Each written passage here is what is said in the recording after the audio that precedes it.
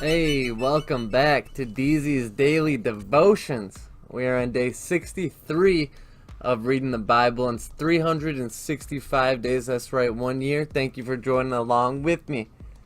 We are picking up where we left off in Numbers, chapter 2, verse 1, and we're reading until chapter 3, verse 51. Chapter 2, Organization for Israel's Camp. Then the Lord gave these instructions to Moses and Aaron. When the Israelites set up camp, each tribe will be assigned to its own area. The tribal divisions will camp beneath their family banners on all four sides of the tabernacle, but at some distance from it. The divisions of Judah, Issachar, and Zebulun are to camp towards the sunrise on the east side of the tabernacle beneath their family banners. These are the names of their tribes, their leaders, and their numbers of their registered troops. So the total of all the troops on Judah's side of the camp was 186,400. These three tribes are to lead the way wherever the Israelites travel to a new campsite. The divisions of Reuben, Simon, and Gad are to camp on the south side of the tabernacle beneath their family banners. So the total of troops on Reuben's side of the camp was 151,450. These three tribes will be second in line whenever the Israelites travel. Then the tabernacle will be carried by the Levites and will set up in the middle of the camp. All the tribes are to travel in the same order in the camp, each position under the appropriate family banner. The divisions of Ephraim, Manasseh, and Benjamin are to camp on the west side of the tabernacle beneath their family banner. So the total of the troops on Ephraim's side of the camp was 108,100. These are the tribes that will be third in line whenever the Israelites travel. The division of Dan, Asher, and Naphtali are to camp on the north side of the tabernacle beneath their family banners. The total troops on Dad's side of the camp was 157,600. These three tribes will be last, marching under their banners whenever the Israelites travel. In summary, the troops of Israel listed by their families totaled 603,550. But as the Lord commanded, the Levites were not included in these registration. So the people of Israel did everything as the Lord commanded Moses. Each clan and family set up camp and marched under their banners exactly as the Lord instructed. Chapter 3, Levites appointed for service.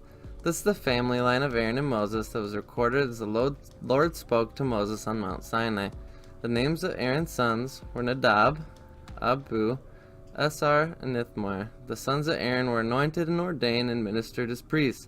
But Nadab and Abihu died in the Lord's presence in the wilderness of Sinai when they were burned before the Lord in the wrong kind of fire, different than he had commanded. Since they had no sons, this left Esar and Ithamar to serve the priests with their father Aaron. Then the Lord said to Moses, "Call forward the tribe of Levi and present them to Aaron the priest to serve as his assistants. They will serve Aaron and the whole community, performing their sacred duties in and around the tabernacle.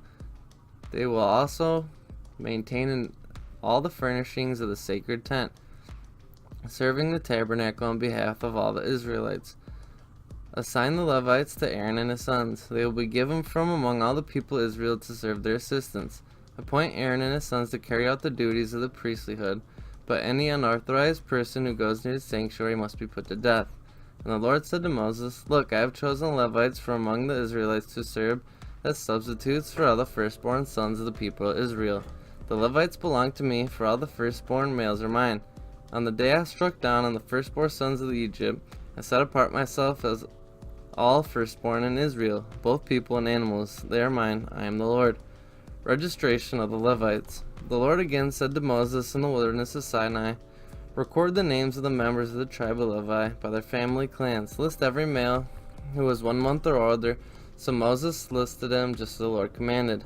These descendants of Gershon were composed of the clans descendants from Levi and Shimei.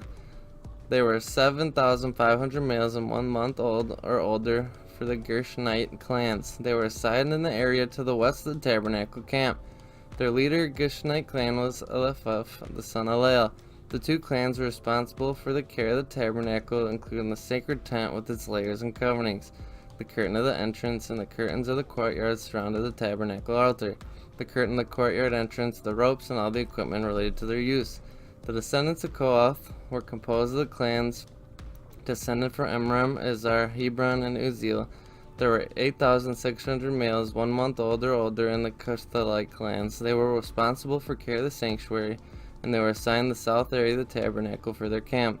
Their leader of the Cushite clan was Eliphaz, son of Uzziel. These 4 clans were responsible for the care of the ark, the table, the lampstand, the altars, and various articles used in the sanctuary, and the urn, curtain, and equipment related to their use. Eleazar, son of Aaron the priest, was the chief administrator over all the Levites with special responsibility for the oversight of the sanctuary. The descendants of Merari were composed of the clan's descendants from Mahali and Mushi. There were 6,200 males 1 month old or older among the Merarite clans and were assigned to the areas north of the tabernacle camp. Their leader of the Merarite clan was Zeriel, son of Abihaili, who the 2 clans were responsible for the care of the frame supporting the tabernacle, the crossbars, the pillars, the bases, and all the equipment related to their use. They were also responsible for the posts, the courtyard, and their bases, the pegs and the ropes. The area in front of the tabernacle in the east of the sunrise was reserved for the tents of Moses, Aaron, and his sons, who had the final responsibility for the sanctuary on behalf of the people of Israel. Any other priest or Levite who went too near the sanctuary was put to death. When Moses and Aaron counted the Levite clans as the Lord commanded, the total number was 22,000 males 1 month or older, redeeming the firstborn sons. Then the Lord said to Moses, "Now count all the firstborn sons in Israel who are 1 month or older, and make a list of their names. The Levites who were reserved for me as a substitute for the firstborn sons of Israel, I am the Lord. And the Levites' livestock must be reserved for me for substitutes of firstborn livestock in the whole nation of Israel." So Moses counted the firstborn sons of the people of Israel, just as the Lord commanded. The total number of the firstborn sons who were 1 month or older was 22,273. Then the Lord said to Moses, "Take the Levites as substitute for the firstborn sons of the people of Israel, and take the livestock of the Levites as substitutes for the firstborns of the livestock of the people of Israel. The Levites belong to me, I am the Lord. There are 273 more firstborn sons of Israel, more than there are Levites. To redeem these extra firstborn sons, collect 5 pieces of silver for each of them. Give the silver to Aaron and his sons as a redemption price for the extra firstborn sons." So Moses collected the silver for redeeming the firstborn sons of Israel, who exceeded the number of Levites. He collected 1,365 pieces of silver on behalf of these firstborn sons of Israel. And Moses gave the silver for redemption to Aaron and his sons, just as the Lord commanded. So that's where we're going to leave off in Numbers today. Let's go ahead and move on to Mark. We're reading Mark chapter 11, verse 27 until chapter 12, verse 17. The authority of Jesus challenge. Again they entered Jerusalem. As Jesus was walking through the temple area, the leading priests, the teachers of religious law, and the elders came up to him. They demanded, "What authority are you doing here on all these things? What right do you give them?" "I tell you by what authority I do these things, if you answer one question," Jesus replied. "Did John's authority to baptize come from heaven, or is it merely human? Answer me." They talked it over among themselves. "If we say it was from heaven, you will ask why we didn't believe in John. But do we dare to say it was merely human?" For they were afraid what the people would do, because everyone believed John was a prophet. So they finally replied, "We don't know." And Jesus responded, "Then I won't tell you by what authority I do these things." Chapter 12, Parable of the Evil Farmers. Then Jesus began teaching them with stories. A man planted a vineyard. He built a wall around it and dug a pit for pressing out grape juice, built a tower. Then he leased the vineyard to tenant farmers and moved to another country. At the time of the grape harvest, he sent one of his servants to collect a share of the crop. But the farmers grabbed the servant, beat him up, and sent him back empty-handed. The owner sent another servant, but they insulted and beat him up over the head. The next servant he sent was killed. Others he sent were beaten and killed until there was only one left, his son, whom he loved dearly. The owner finally sent him, thinking, "Surely they will respect my son." But the tenants said to the other, "Here comes the heir of the estate. Let's kill him and get the estate for ourselves." So they grabbed him and murdered him and threw his body out of the vineyard. "What do you suppose the vineyard would do?" Jesus asked. I tell you, he will come and kill those farmers and lease the vineyards to others. Didn't you ever read the scriptures? The stone of the builders rejected has now become the cornerstone.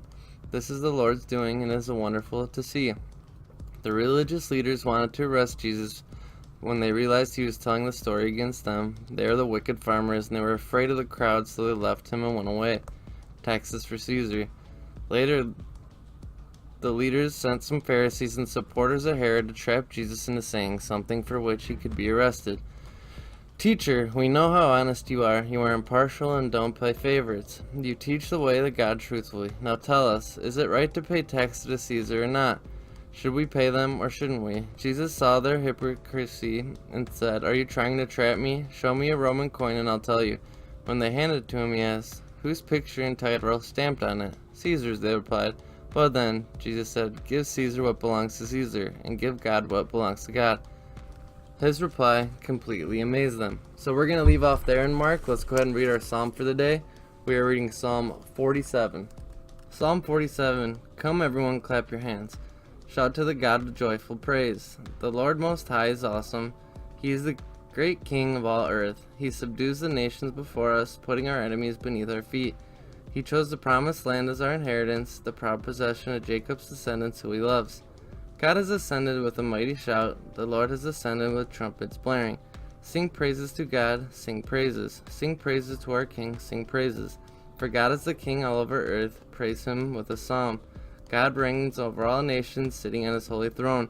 The rulers of the world are gathered together with the people of God of Abraham, and all the kings of the earth belong to God. He is the highly honored everywhere. That has been our psalm for the day. Let's go ahead and close out today in our Proverbs. We're in Proverbs chapter 10 and we're reading verses 24 and 25.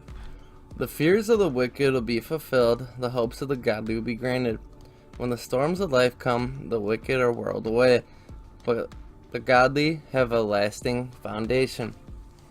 Thank you so much for joining with me on the day 63 of DZ's Daily Devotions. Man, we're getting far along with this. It's crazy. Before you leave, don't forget to like, comment, subscribe to my channel, and you can support me by being a patron at www.patreon.com/YoungNemo, and I will see you on day 64.